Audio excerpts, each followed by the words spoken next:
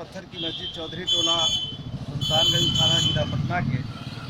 उन्होंने माननीय उच्च न्यायालय पटना में सिविल डिवीजन संख्या 69/2018 दाखिल किया था,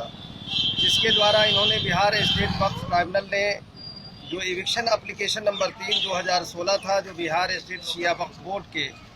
प्रयास से फाइल किया गया था, और उस केस को 11/9/2017 के द्वारा बिहार स्टेट वक्फ ट्राइब्यूनल ने उनके पक्ष में फैसला देते हुए ये आदेश किया कि जो आवेदक की पुश्तैनी भूमि है और जिस पर उनका कानूनी कब्जा भी रहा है और कानूनी कब्जा चला आता रहा है, उस पर गैर कानूनी ढंग से एक आदेश शिया वक्फ बोर्ड के द्वारा वक्फ एक्ट की धारा का दुरुपयोग करते हुए मुनीर हसन की निजी संपत्ति को वक्फ संपत्ति घोषित किया गया और बिहार स्टेट शिया वक्फ बोर्ड के चीफ एग्जीक्यूटिव ऑफिसर ने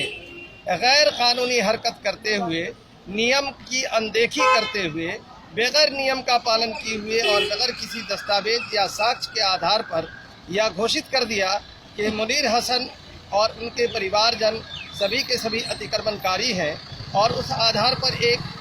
सो कॉल्ड जांच रिपोर्ट तैयार की गई और इस जांच रिपोर्ट के आधार पर उन्होंने आदेश पारित किया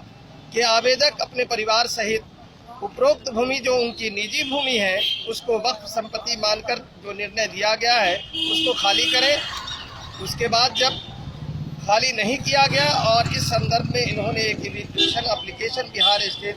वक्फ ट्राइब्यूनल में दाखिल किया, तो बगैर किसी कानूनी प्रक्रिया का पालन किए हुए उनके पक्ष में आदेश पारित किया गया। साथ में इन्हें आदेश दिया गया कि उपरोक्त भूमि को यह खाली कर दें, जबकि इस संदर्भ में जो सच्चाई यही है कि वो भूमि शिया वक्फ बोर्ड की कभी भी नहीं थी और शिया वक्फ बोर्ड के पास इस संदर्भ में कोई भी साक्ष्य नहीं था। फिर भी गैर कानूनी तौर पर इनके आदेश पारित हुआ और उस आदेश के आलोक में पटना सिटी के एसडीओ साहब ने कानून को तिलांजलि देते हुए वक्फ एक्ट की धारा 55 का भी पालन नहीं किया और आनन फानन में एक ऐसे दिन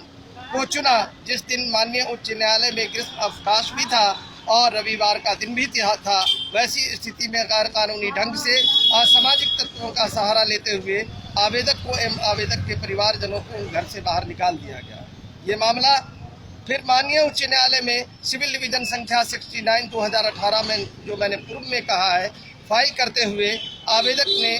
शिया वक्फ बोर्ड के आदेश और बिहार स्टेट वक्फ ट्राइब्यूनल के पारित आदेश दिनांक 11/9/2017 के विरुद्ध दाखिल किया। माननीय उच्च न्यायालय ने पूरी सुनवाई करते हुए सभी पक्षों को सुनने के बाद यह निर्णय लिया कि बिहार स्टेट शिया वक्फ बोर्ड और बिहार स्टेट वक्फ ट्राइब्यूनल का आर्डर दोनों ही गैर कानूनी है और गैर कानूनी आदेश को माननीय उच्च न्यायालय ने निरस्त किया और साथ ही यह स्पष्ट निर्देश दिया कि इस आदेश के आलोक में अग्रेतर जो भी कानूनी कार्रवाई की गई है उस आदेश के आधार पर उसे गैर कानूनी माना जाएगा और वह कर्तव्य गैर कानूनी होगा। माननीय उच्च न्यायालय के आदेश के बावजूद भी बिहार शिया वक्फ बोर्ड के चेयरमैन, उनके जो कर्मचारी हैं और उनके जो असामाजिक तत्व सहयोगी हैं, उन्होंने मिलकर इनके